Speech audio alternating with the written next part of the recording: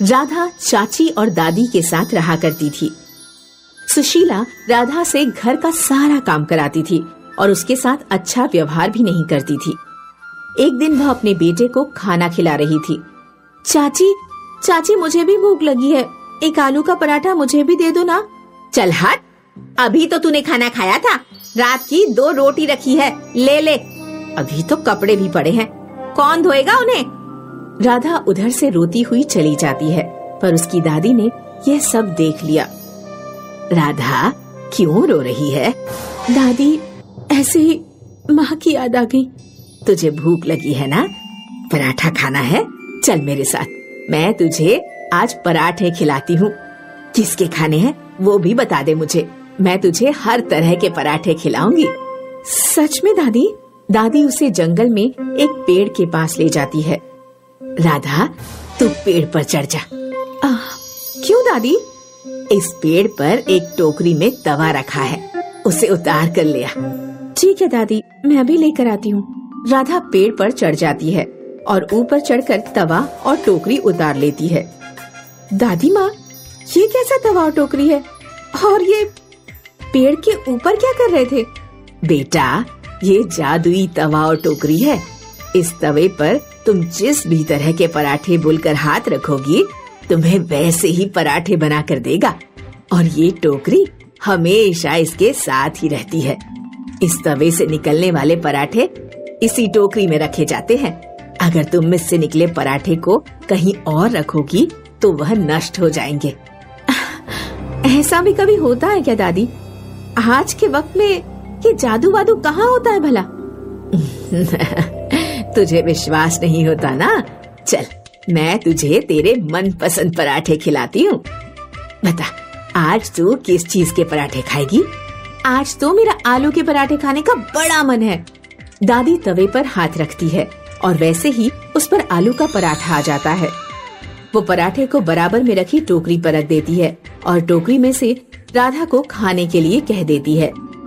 राधा जैसे ही उस पराठे को खाती है, दादी माँ, ये तो बहुत ही स्वादिष्ट है, ऐसा पराठा तो मैंने कभी नहीं खाया। और राधा पराठा खाती चली जाती है। राधा, ये तवा और टोकरी मुझे एक साधु ने दिया था और कहा था कि इसे सही समय पर इस्तेमाल करना। मेरा क्या है, मैं आज हूँ तो कल नहीं। इसीलिए मैं चाहती हूँ कि अब तू इस जादुई तवे का इस्तेमाल गरीबों का पेट भरने के लिए कर। ये तवा मैं तुझे दे रही हूँ, तो इसमें मन चाहे पराठे बनाकर गरीबों को खिला सकती है और नए नए भंडारे कर सकती है।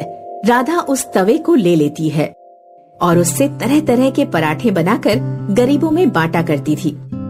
उन पराठों से वह कुछ पैसे भी कमाने लगी थी। अब उन पराठों की वजह से वो एक नया घर ले लेती है, जिसमें दादी और राधा दोनों रहा करते हैं। दोनों ऐश की जिंदगी जीते हैं और साथ ही पराठों का भंडारा करते हैं। यह बात उसकी चाची को पता चलती है। अरे ये क्या, राधा तो अमीर होती जा रही है। आखिर इसके पास इतना पैसा आया कहाँ से? कहीं सासू माँ ने तो इसको कोई गड़ा सोना तो नहीं दे दिया?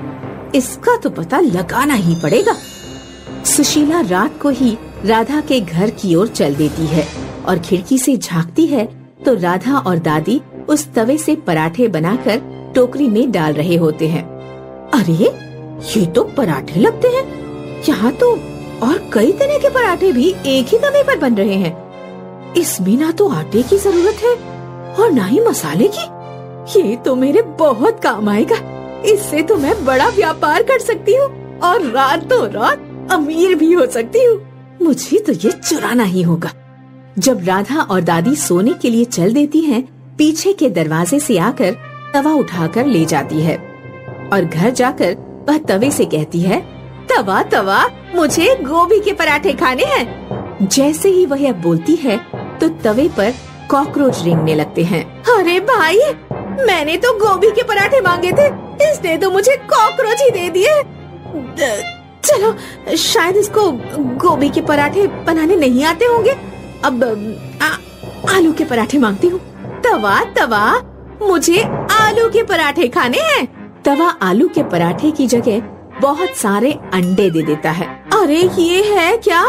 अंडे तो छूना भी पाप है मेरे लिए। इस तवे पर अंडे कहाँ से आ गए? अब ये तवा मेरी सुन क्यों नहीं रहा है? वह तवे को उठाती है और गुस्से में आकर जमीन पर मार देती है। तभी तवा एक काला धुआं छोड़ता है जो कि उसके चेहरे पर आकर लग जाता है। अरे अरे, ये कालिक मेरे चेहरे पर कैसे आ गई? ये तो झूठ भी नहीं रही है। अब हाय रे, मेरा सुंदर सा चेहरा। अब मैं तो किसी को मुंह दिखाने के लायक भी नहीं रही। नाश जाए तवे तेरा। तूने मुझे कुछ दिया तो नहीं, पर मेरा मुंह और काला कर दिया। तभी तवा एक भाले का रूप ले लेता है और उसकी पिटाई करना शुरू कर देता है। अरे अरे, कोई बचाओ मुझे, कोई बचाओ! अरे इस भाले से कोई बचाओ! अरे भाला रूपी तवा उसके पीछे पीछे चलता है और सुशीला उससे बचने के लिए आगे आगे भागती है और भागती हुई राधा के घर पहुंचती है। माँ जी, राधा, मुझे बचाओ, मुझे इस तवे से बचाओ। अरे मैंने तुम्हारा तवा चुराया था और इसने तो मेरी बुरी हालत कर दी है। मुझे इस तवे से कुछ नहीं चाहिए, बस मेरी जान बचा दो। तभी राधा और दादी आ जाती है और सुशीला उन्हें सारी बात बताती है और उनसे माफी मांगती है। तवा, तुम हमेशा अच्छे कामों में उपयोग में लाए गए हो, तो तुम इसके लिए इतने क्रूर मत बनो और इसे माफ कर दो। तुम्हारी पहचान एक अच्छे समय के लिए है, अपनी पहचान खराब मत करो और इसे जाने दो। तवा भाले से वापस तवे के रूप में आकर राधा के पास चला जाता है। अब राधा और दादी सभी के खाने का ध्यान रखते हुए जीवन व्यतीत करते हैं। मोहन